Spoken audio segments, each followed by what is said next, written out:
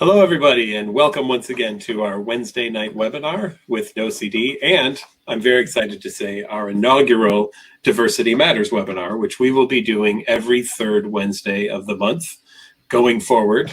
And remember, this is brought to you by OCD. OCD is a downloadable app that you can get on the iOS or that you can also get on the Google Play Store.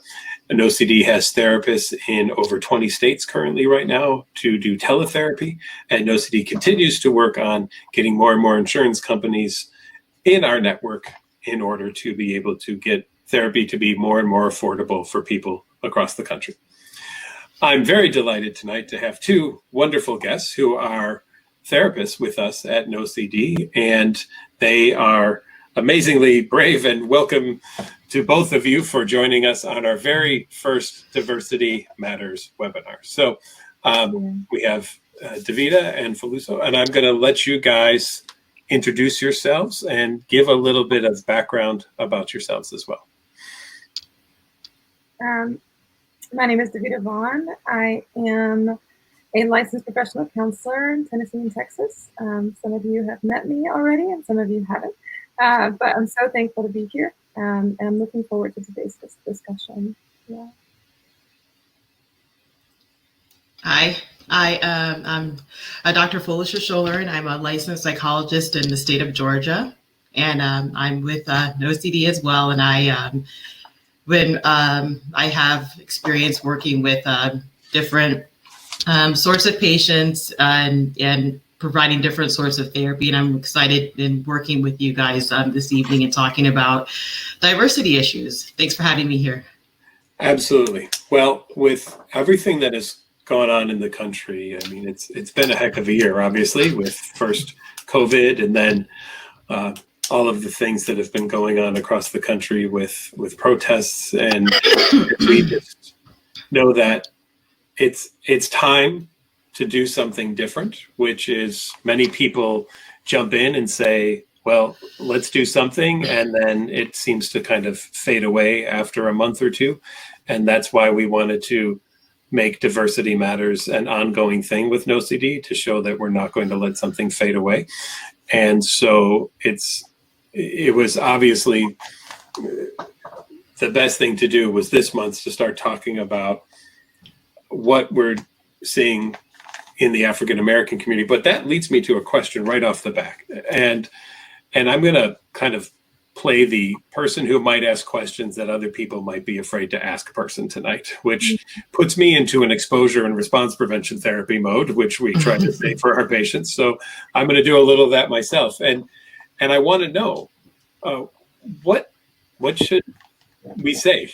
Is Black, African American?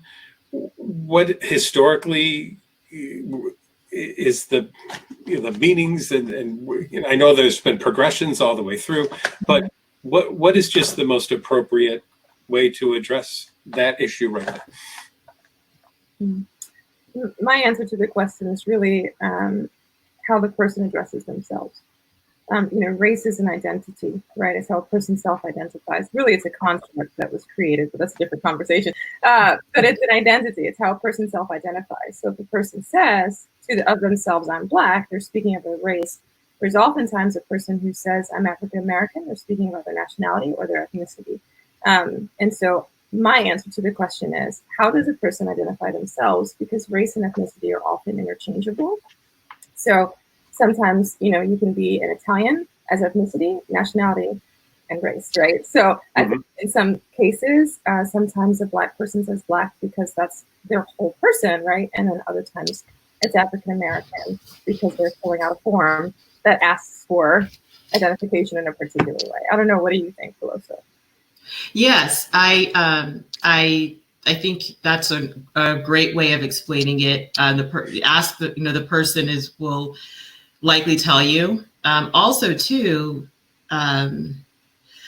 if we think about it from perhaps a research-based perspective, or sometimes if we look at research papers or other ways of thinking about race, Black may be a more inclusive way of African American may sometimes fall under the umbrella of Black. So let's say somebody is an immigrant from Ghana or something, they might be classified as Black, but not necessarily African American, if that makes sense. Maybe somebody who's Caribbean might be considered Black, but not necessarily African American. And so sometimes I think it might be helpful if you're looking at literature to see how that might be described in there. But I think the best way is really to pay attention to how somebody describes themselves, sometimes even how Black and African American is understood. Sometimes they're used interchangeably, sometimes they're not. It really just depends on the context too of the conversation. So I think but that's a really important question to ask and to understand. Sometimes Black can be something visual as well. So how, maybe the person self-identifies or how they're identified by other people. So it's not necessarily a straightforward answer. And I think it involves doing some uncomfortable things, such as asking the person, talking about it, seeing where they identify. Yeah. So. And then it sounds like from a therapeutic point of view, it's good in a session to say right off the bat, how do you prefer to be identified? Sure. I mean, it's no different than asking that question when we speak of sexual identity, right? Or gender identity. So to me, it's a very similar sort of question, asking, how do you identify? I say that because I had a Panamanian friend born in Panamania. Panamania. Panama. Panamania is a new place, people. It's a new place. I created it. I heard it's very exciting in Panamania. Yeah. Born in Panama. However, so speaking of race as kind of like, I said it was a construct earlier because it's really about color of skin, behaviors, demeanors, right? It's less about culture, less about nationality. And so when I saw her, I legit just assumed that she was Black. I did, not gonna lie. Just assumed it. Not only Black, but from a city. I could just tell, And the first thing she said when she introduced herself to a group of people was, "My name is so-and-so, and I am not Black." That was the very first thing she said, because she clearly had a history of people assuming she was Black. So I think it's super important to really just learn from the individual that you're interacting with, Yeah. I had a similar discussion once with someone who was from South America. He said, "I'm Latino, but I'm not Hispanic," because he was an indigenous culture.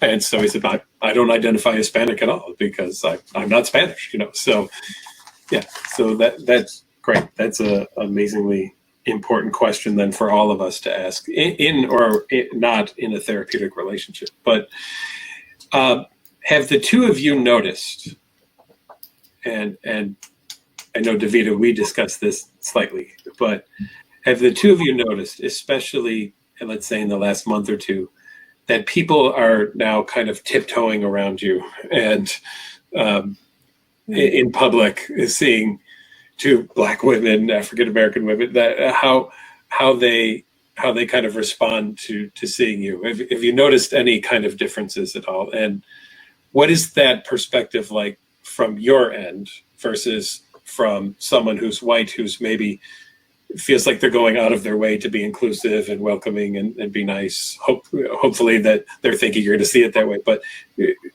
I'm just curious what it's like from the other side.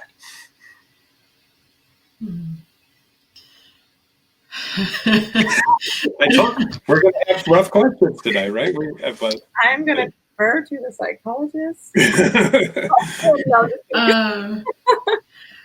I wouldn't necessarily say tiptoeing, but I would say, I've had I think people are, I would say, kind of more open, I think, to talk about some things and want to hear my perspective on some things. But I'm always very careful to say that I don't speak for the whole Black community. And so on one hand, it's interesting to hear people I have had different conversations, with people that want to understand how everything that's going on has affected Black people, and want to understand how do you feel about this and things like that, which I think is good. And I think it's good to have conversations about this, but that at the same time, it's also very important to understand that I'm one person and I have my own experiences, my own interactions within,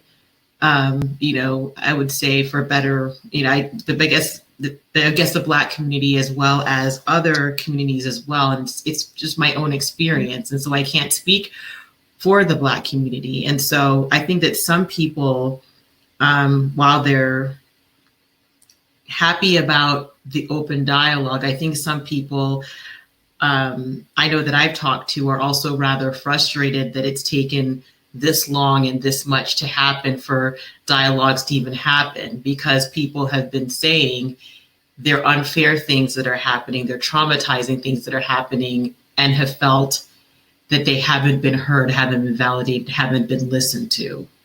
So it's kind of a double-edged sword in a sense. And that's just, again, just my perspective, what I've been hearing from different people about all this. So I don't necessarily feel maybe people are tiptoeing. I think people are wanting to have conversations, but I know that some people are kind of, okay, let's talk. And some people are kind of, how come it's just taken this long that I've said, I've had conversations, I've been wanting to have certain things happen before and advocated for certain things that have not felt listened to. Yeah. I would agree. I mean, I think that, as you said, I can't speak for all Black people either, not all Black women, but my experience has been interpreted as tiptoeing, personally.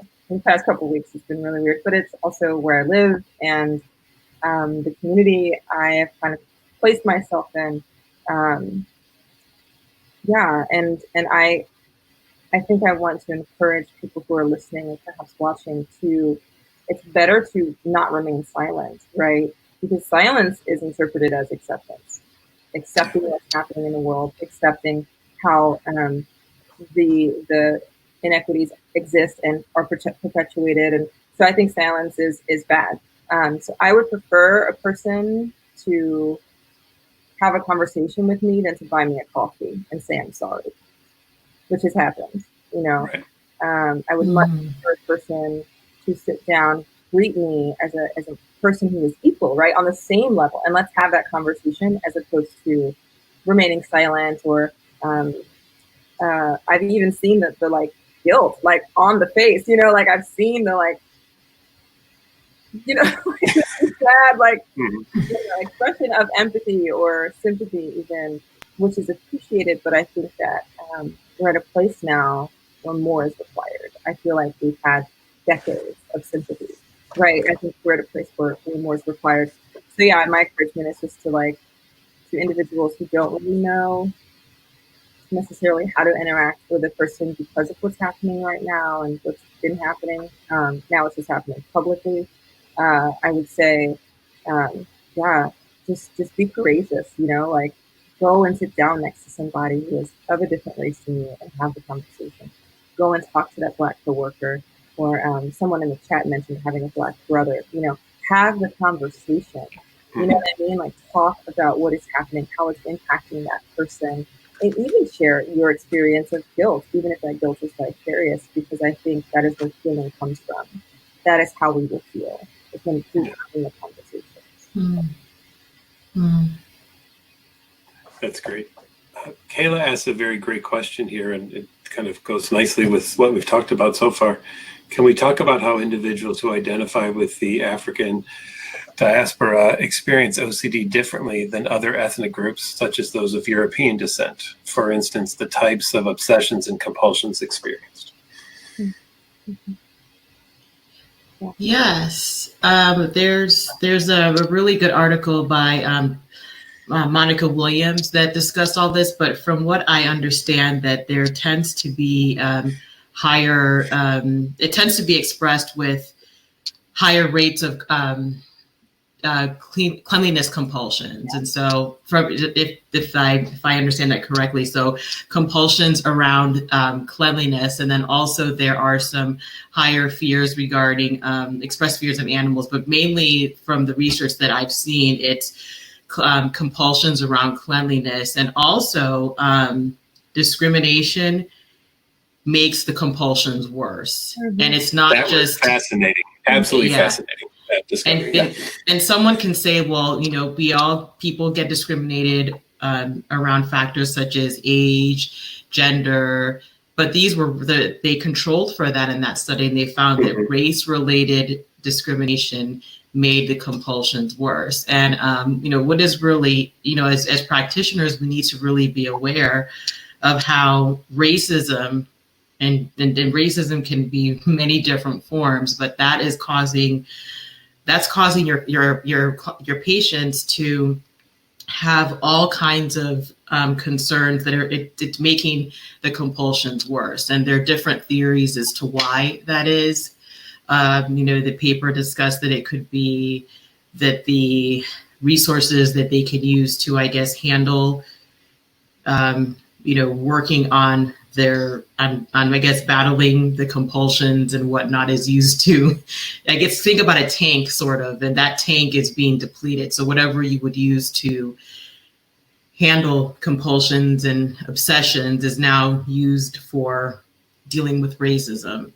There's also some research that looks at battle fatigue, and I've talked to, other Black people, and we're tired a lot. And so that fatigue is it's chronic mental stress, physical stress. Racism is, another study found that racism has also been linked to inflammation, physical inflammation, which is can be linked to all sorts of other physical ailments and can put you at risk for other sorts of diseases. Mm-hmm. And so it's almost, so there are lots of challenges related to discrimination, and that can make both symptom presentation and rates of remission also are, I believe, lower for OCD with African Americans as well, from some research that I read. Mm-hmm. So. Thank you. A little bit then, kind of following on that, and something we were chatting about before the phone call tonight, which I think is a very important discussion, is the trauma / stress just in general that racism causes in a person, in a culture, in a society. And finally, we're starting to see people recognize this as a health problem.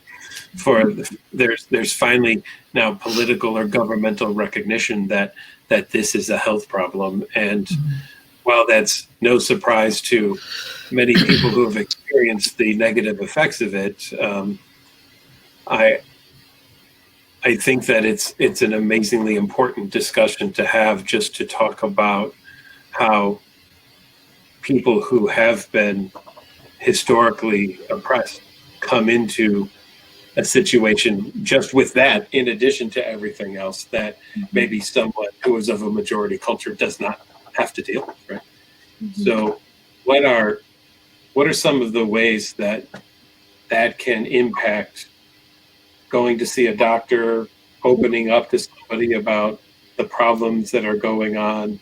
How does all that play a role in at least from a mental health side? I mean, we could have a whole discussion about that probably physically too, but for us, for the mental health side, those are a few other steps that have to be overcome as we're working into the therapy session. So how do we best work with that, help people to become comfortable in therapeutic situations, to open, and the reverse of it might be, what do we need to do to foster an environment where that can happen?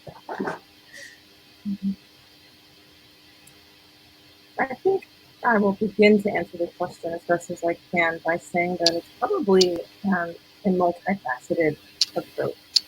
I'm thinking about when I first opened the practice in Tennessee. I was in Middle Tennessee, which is predominantly white. And I opened this practice, and I remember a young lady contacted me, and she said, "Oh my God, I'm so excited. You're Black." Right? Like, that was the reason, you're Black. I've been looking for a Black therapist, and you're Black. There aren't any here. Okay, so there are those people, right? Those people who understand, acknowledge that they are struggling with something, and then seeking help. But I think that there has been, and I think research would support this, that there has been historically in the African American community an aversion to mental health care, acknowledging that there is mental illness, accepting that it requires assistance, right? And I think that if you trace this backward, you can see that there are strong familial ties. And in the African American culture, the family and our role in the family means a lot. So that's part of it, I think. But also, if you perceive yourself as having survived your whole life, then you will perceive yourself as a survivor, even when it comes to mental illness. And Foluso, please correct me if you think that I'm off topic here, but I really believe that when we're talking about mental health care and we're talking about kind of bridging the gap between, making the amount of African Americans who receive care and have accessible care equal to the amount of white people who have the same privilege, I think really addressing that it's not just about awareness, but it's also about, I guess, teaching that it doesn't make you less resilient or less whole or less strong to get mental health care. Do you agree? Yes, definitely. Definitely.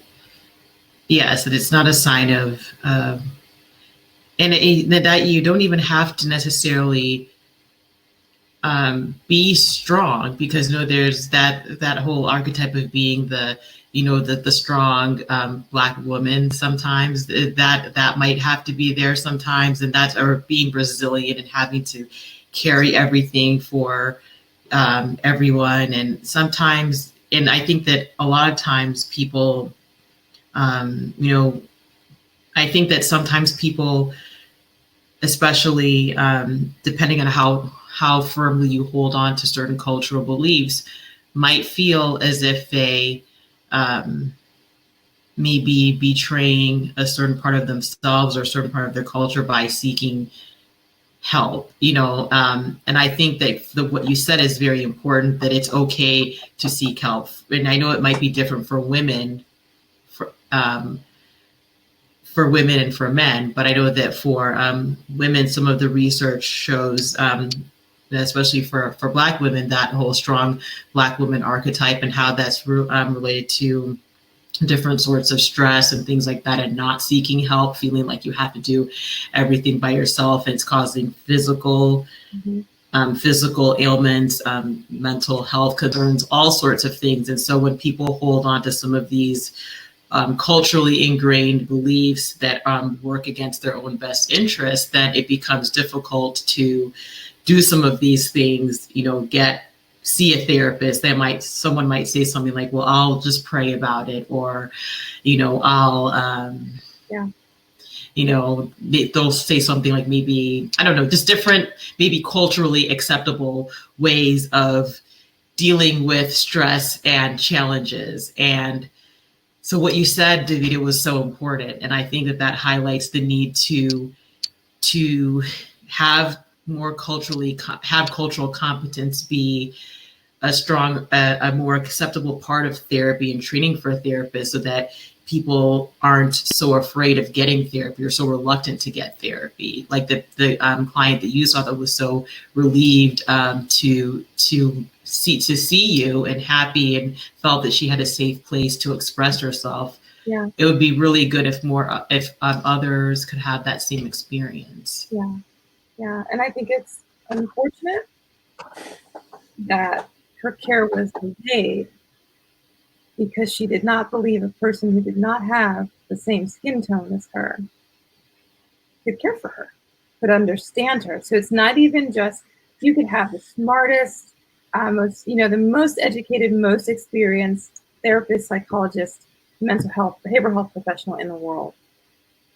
But there was something about the color of my skin that she sent the message, I get you, right? And I think that there's safety for the African American community when we feel like we are understood, when we feel like people get us. And again, I can't speak for all Black people, but I can speak for myself and what I've witnessed in care, and also what I've witnessed in my family, where there's this element of, well, I'm not necessarily as weak if you're Black too, and you also struggle, right? Like there's this kind of, maybe it's this kind of universal suffering, right? This umbrella we all live underneath, or feel as if we live underneath, regarding suffering. And I think to some extent, this young lady felt like I could get her suffering, that I would understand, simply because I was Black. So yes, I agree. I think that cultural competence in therapists is hugely important. And I also think that there are probably therapists who perhaps are uncomfortable seeing clients that are not of the same race as them. And, you know, there are no necessarily boundaries or guidelines for that, apart from not being discriminatory. But it's hard to prove discrimination when you just say, hey, I'm full, right? Like, can't say science right now. So I would encourage therapists who are watching to really, really allow themselves to really branch out, right? Be aware of your own biases, but branch out. You know, you're not going to, nothing bad will happen if you misunderstand someone, right? Like, it's not like the world is not going to go falling apart. Like, it's not going to set on fire if you misunderstand someone, because understand that I'm a Black therapist. I see white clients all day long. Clients, you know, whatever, like, I have to do it. So, you know, so I guess I'm just encouraging that on both ends of the spectrum, we see African Americans who are suffering with mental illness and therapists who treat mental illness walking toward one another. Like, there should not be a chase. And I feel like in the research, there's just an element of a chase, you know, and it shouldn't be that way. Yeah. Thanks.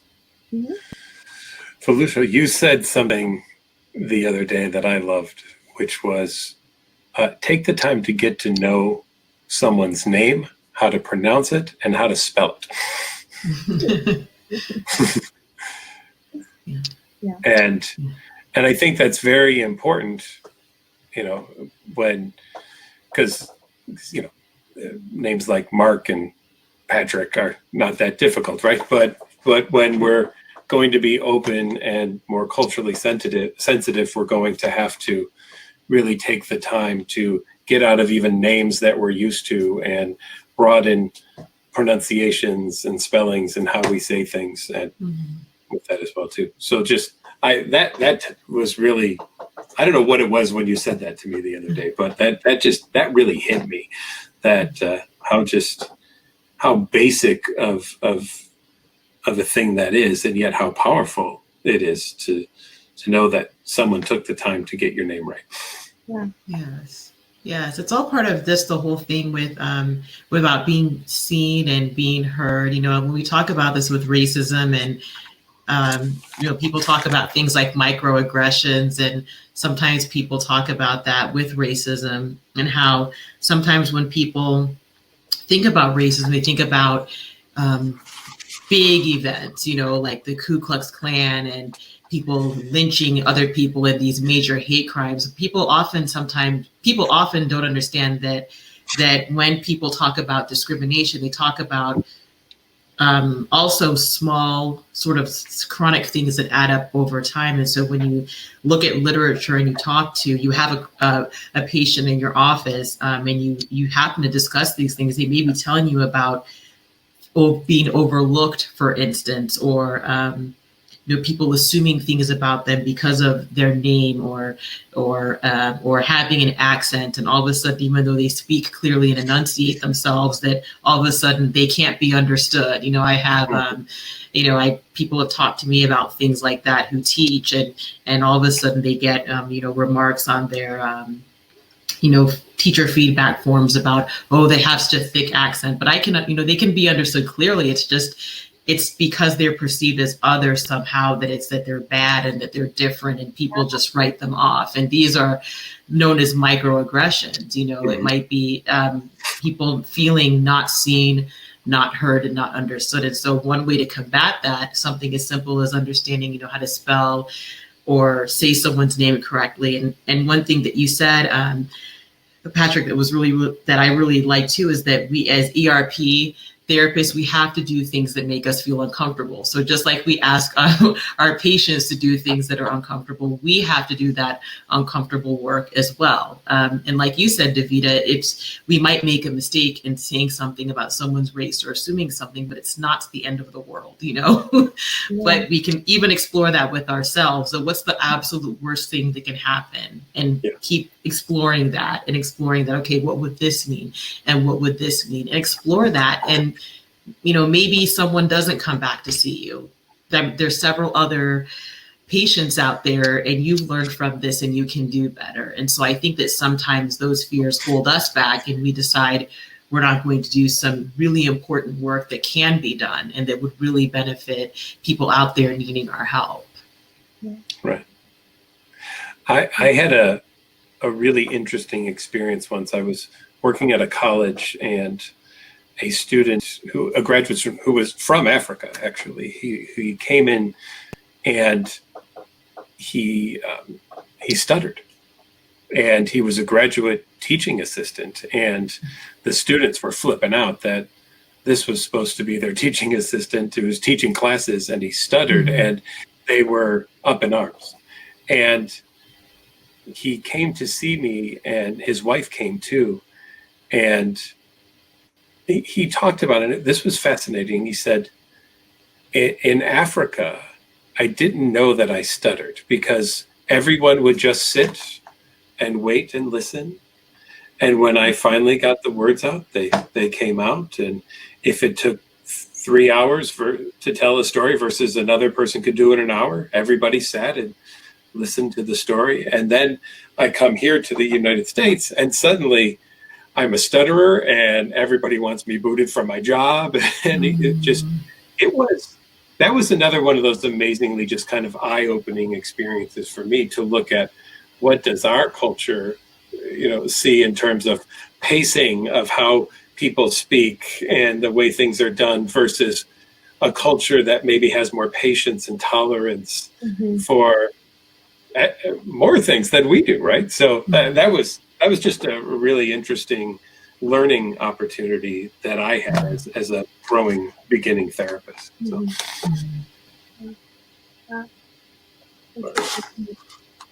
Yeah.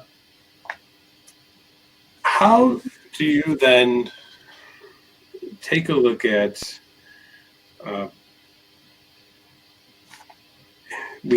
I know that we talked a little bit about this, and we've spoken a little bit about it, but maybe a little bit more fully, that idea of immersion versus aversion. And I bring this up in relation to sometimes with OCD, there's this idea that if there's something going on, then I have to get 100% involved in it, right? And so I know that I have heard, and because I do a lot of supervision in cases and everything, there are some patients who now think, well, I have to go out, I have to join all the protests, and now that I've seen this going on in the world, and this is where OCD can play the role in all of this, right, too? I mean, I have to 100% be involved in this kind of thing, or else I'm not non-racist enough, and I'm not affirming of culture enough if I don't go and do these things, right? So obviously there's something that every one of us can do to kind of just help raise the bar of culture. But I'm interested, being this as an OCD, where do you see what we could all do as a society to make things better, and then how OCD could really just screw that up and make it just overwhelming, right? But I'd be interested in your opinion. Yeah. When I think of immersion versus aversion, I'm really thinking about buying a coffee versus having a conversation. I think that the protesting piece of that and getting involved with that really has to extend from a genuine investment in change, a genuine investment in seeing the current dynamic between race or between blacks and whites, and the element of racism, this very real, living, breathing thing in American culture, and also overseas. There has to be an investment, right? There's holding a picket sign is fantastic. And I think there are a lot of people with OCD that would be like, let's go, man, right? And every letter would be super neat, and like the sign would be dope, and they hold the sign, and that'd be awesome. But where is the investment? I fully believe in examining the intentions of what you do.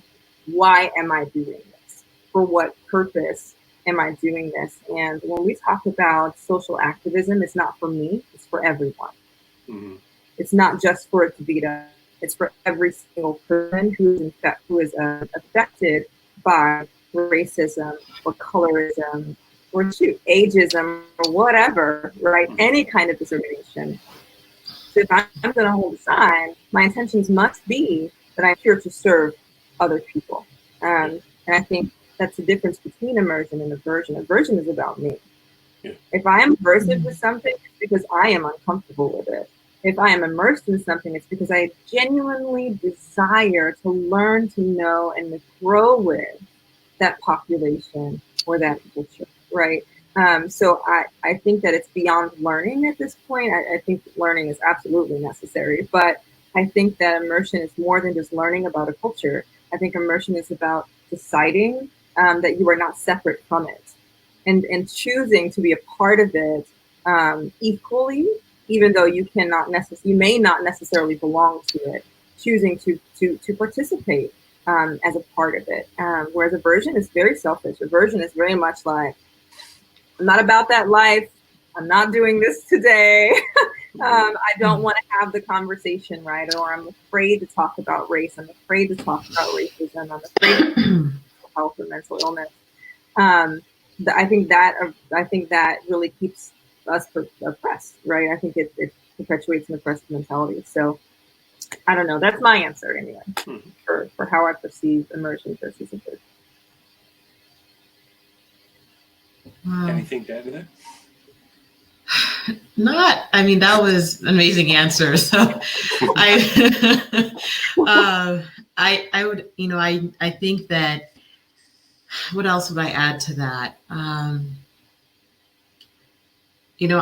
think that I would only add to that immersion it's an ongoing process as well. Mm-hmm. So just to add to everything is that it's not, because eventually I think everything with this will probably die down. And something that I really appreciate that you said, Patrick, because this is going to be an ongoing process, the monthly webinar. So it's not going to be something that's just once and done. And so I really like that. So making it a commitment. So just like that you've done this for No CD and making it a commitment, do that for yourselves as well. Whoever is listening, what commitment will you make? Maybe it's, as psychologists, we have continuing education requirements. And so something that you can do is, make, education, just like you have, we have different requirements in different categories. Make one of yours cultural competence in some area. And so I've been at different seminars, and people will drive across state lines sometimes to hear a particular speaker or to get credit to the particular topic because it means that much to them. So sometimes some of these, cultural competence seminars, they might not be easy to find, right? So are you willing to make that trek or make time in your schedule to incorporate that into your education? That's something that you could do to make that a commitment, right? So it's something I don't want to overwhelm people, because we talk about making, smart goals and making goals that are, achievable and realistic and whatnot, but just do something, maybe just put it on your calendar, but something that you can realistically achieve that is ongoing. And I think that if we commit to doing something like that, and then saying, okay, I've learned this at the seminar, what is one thing that I can put into practice? I think if we start doing things like that and making discrete goals and then finding ways that we can easily incorporate what we've learned, then it doesn't become something overwhelming, but it doesn't become this nebulous concept that fades away over time once all the emotion, all the hype has dissipated either. Mm-hmm. Yeah.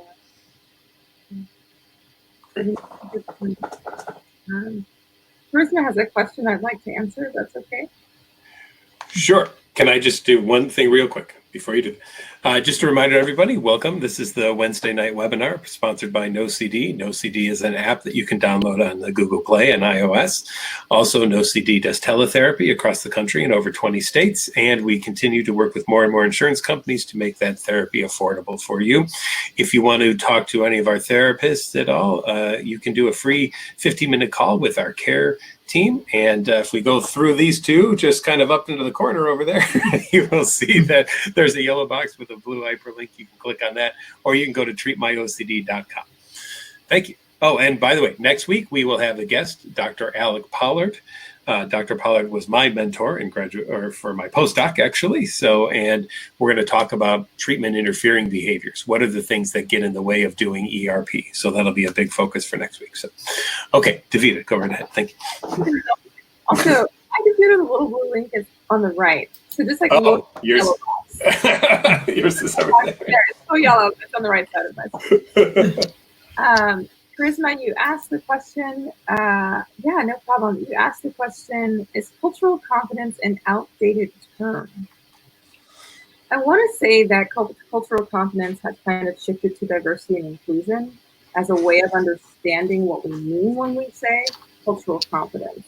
I don't know that it's out. I mean, it might be antiquated, but so also is anal retentive, but people still say that, right? So, I mean, I appreciate the question because I think it's a good one. I think it's a useful one regarding how we talk about these things when we talk about interacting with people groups that we are not a part of or don't necessarily feel like we belong with or to. But yes, I think the phrase is maybe more diversity and inclusion and less cultural competence. I hope that answered your question. Yeah, if you guys want to, feel free to scroll through. If there's questions you wanted to address, please grab them. And a couple of them that I thought were really good questions. One of them is, how do we remind Black women that they are not, I'm not sure what it should say. It says where, maybe weird, and that everyone has the same problems. This is Allison Jackson's question. Okay. Everyone has the same problems and everyone needs help. Allison also talks about Black women choosing not to reach out for mental health because they feel in the same way that their families will judge them, which is okay. So Foluso, you want to start with answers? Okay.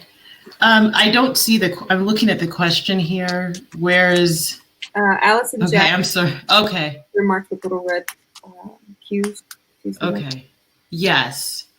Okay. Yes. And first of all, just as a disclaimer too, that this is informational. And so this is not supposed to be like a substitute for therapy or anything. Please, if you are having, questions, see a mental health professional. We're just providing information and education here. This is not a substitute for therapy. Absolutely. Okay. So how do we remind,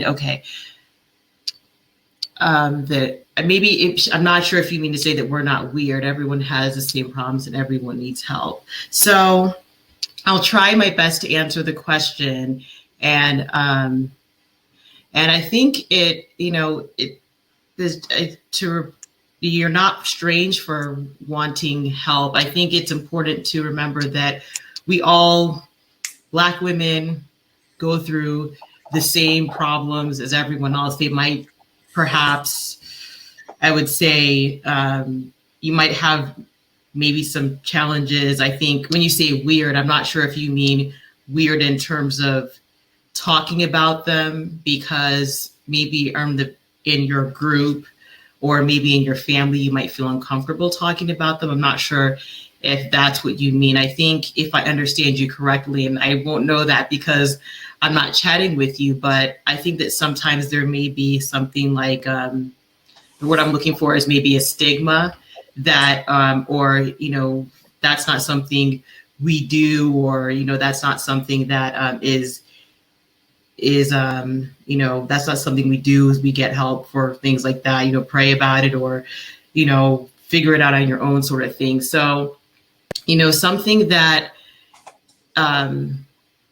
to remind Black women is maybe, find there, sometimes if you look on YouTube, you might see videos of people who are Black women maybe talking about their experiences in therapy. That might be a good place to start. And I think that by doing that, that might help you or whoever might need convincing that this is a normal part of, this could be a normal part of a Black woman's experience.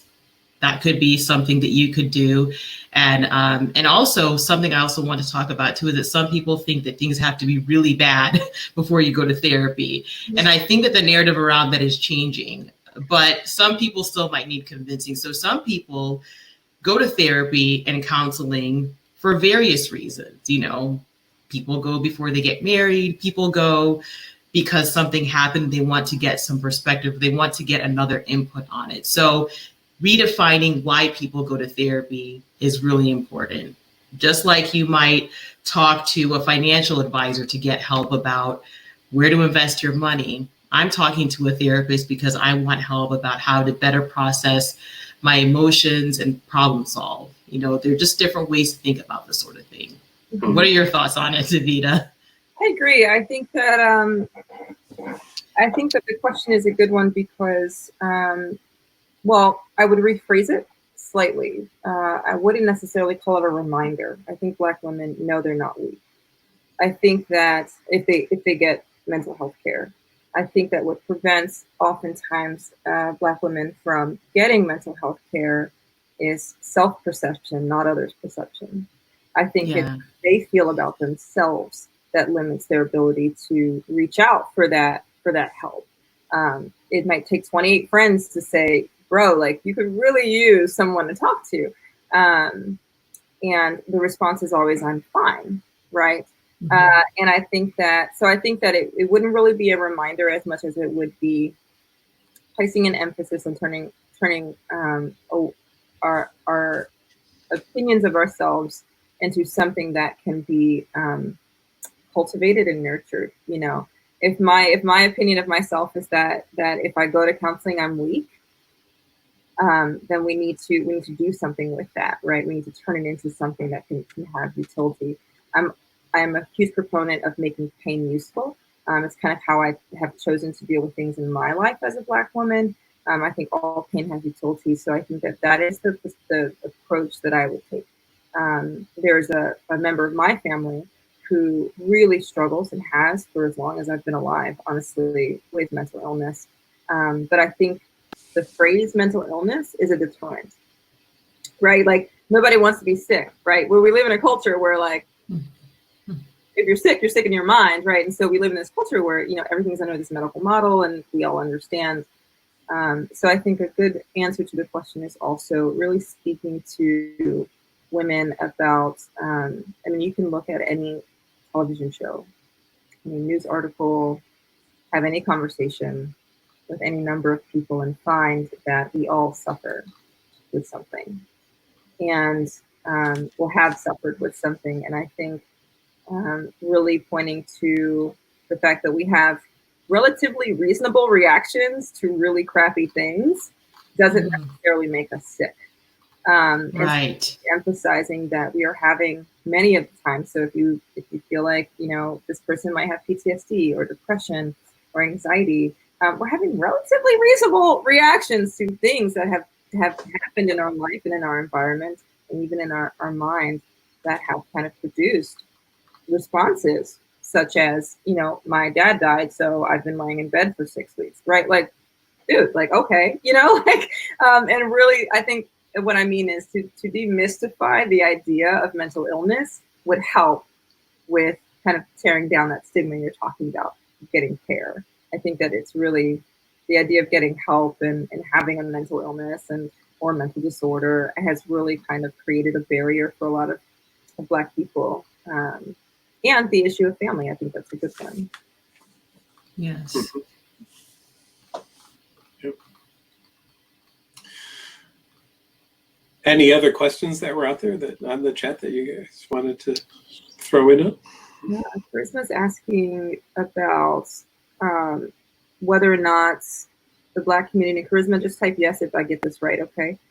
Whether or not the Black community finds the lesbian, gay, bi, so the LGBTQIA population, the community, acceptable, whether or not Black support that kind of, that lifestyle. Is that what you mean, Charisma?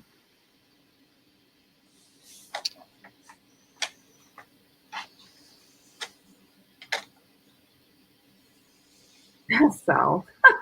Sal, you may not be wrong, bro. Or sir. You may not be wrong regarding Beyonce. Yes. Yeah. But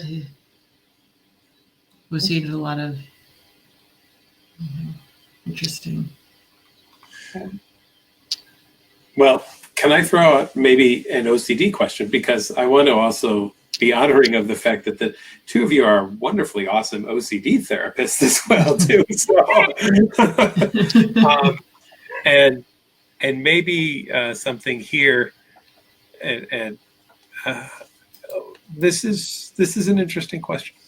How would you recommend I deal with anxiety, guilt, and doubt over a memory, right? And no doubt you two have worked with this, so I think this is a neat discussion. It's a pretty vivid memory I have during a time I was struggling with similar intrusive thoughts that I have now. I never doubted my actions when looking back at this time because I was so consumed with the obsessions and what was going on in my head, but now I'm worried that I've done something that I acted on those thoughts and I just can't remember. It's extremely debilitating to feel like I can't trust my memory and feelings. Yeah. What's the person's name? Do you have a name? They put private, so we won't say that. Okay. Yeah. So the question is, how do I deal with the shame, the doubt, the guilt, right? Yeah. How do I deal with the fact that I think I might have done something, though I can't remember that I did it, but what if I did? So this is a really, really like brief answer, and you've heard it before. Accept the uncertainty. Really is, you don't know, right? Don't know if you did it. I mean, I'm hearing you say, I kind of sort of know, but I don't really know today, right? And that's OCD, isn't it, right? So OCD creates this world of doubt for you, and sometimes there's clarity. So sometimes that mist goes away, that cloud of doubt goes away, and I think I know today. Like today is a good day. I think I know whatever it is I didn't know yesterday.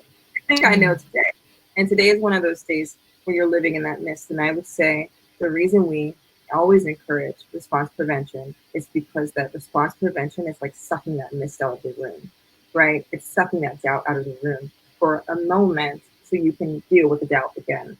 So I would say accept the doubt. It's there. It's not going away.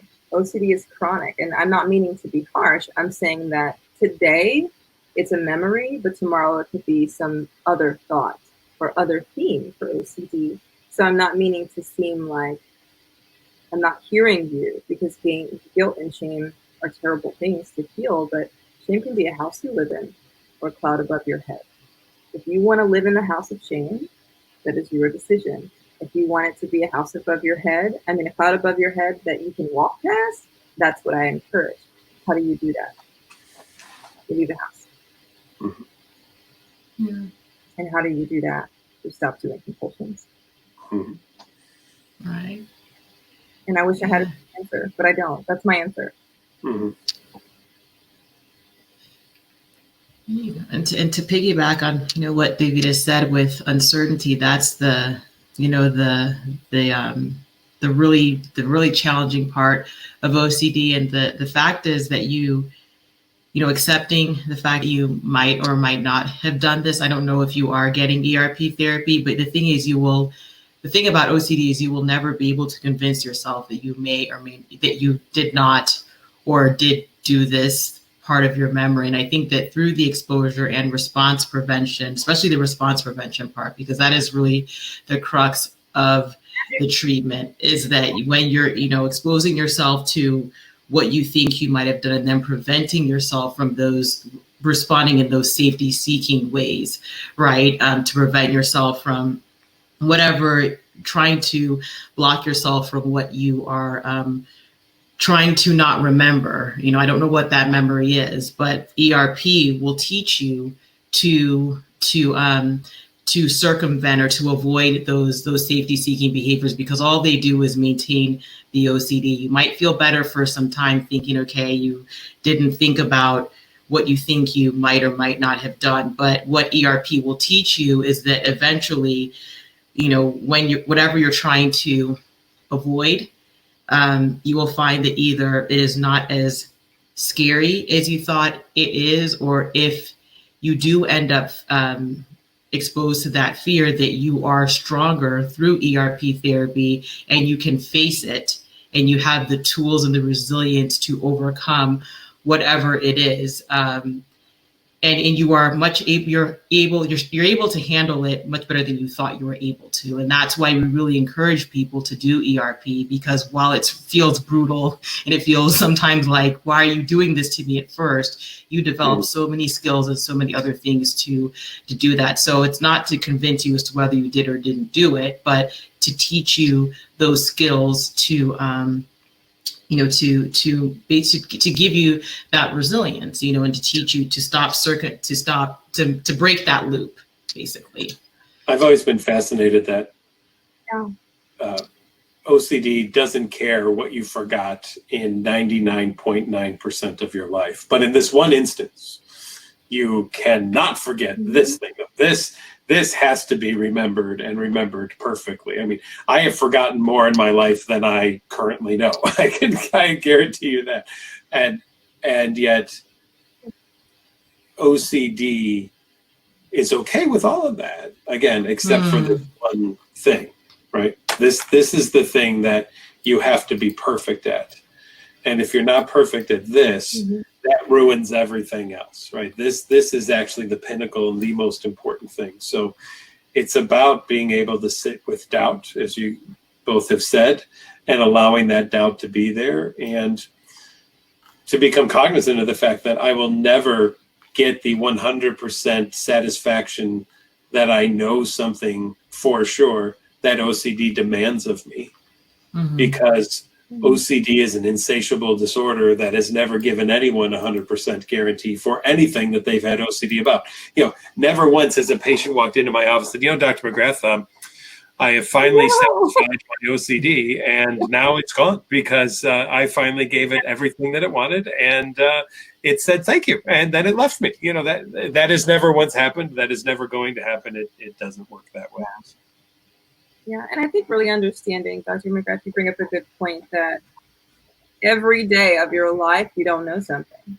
Every day of your life. AV is saying it's really hard in the moment. It's really difficult in the moment to accept uncertainty. And I dig it. I absolutely do. But think about it this way.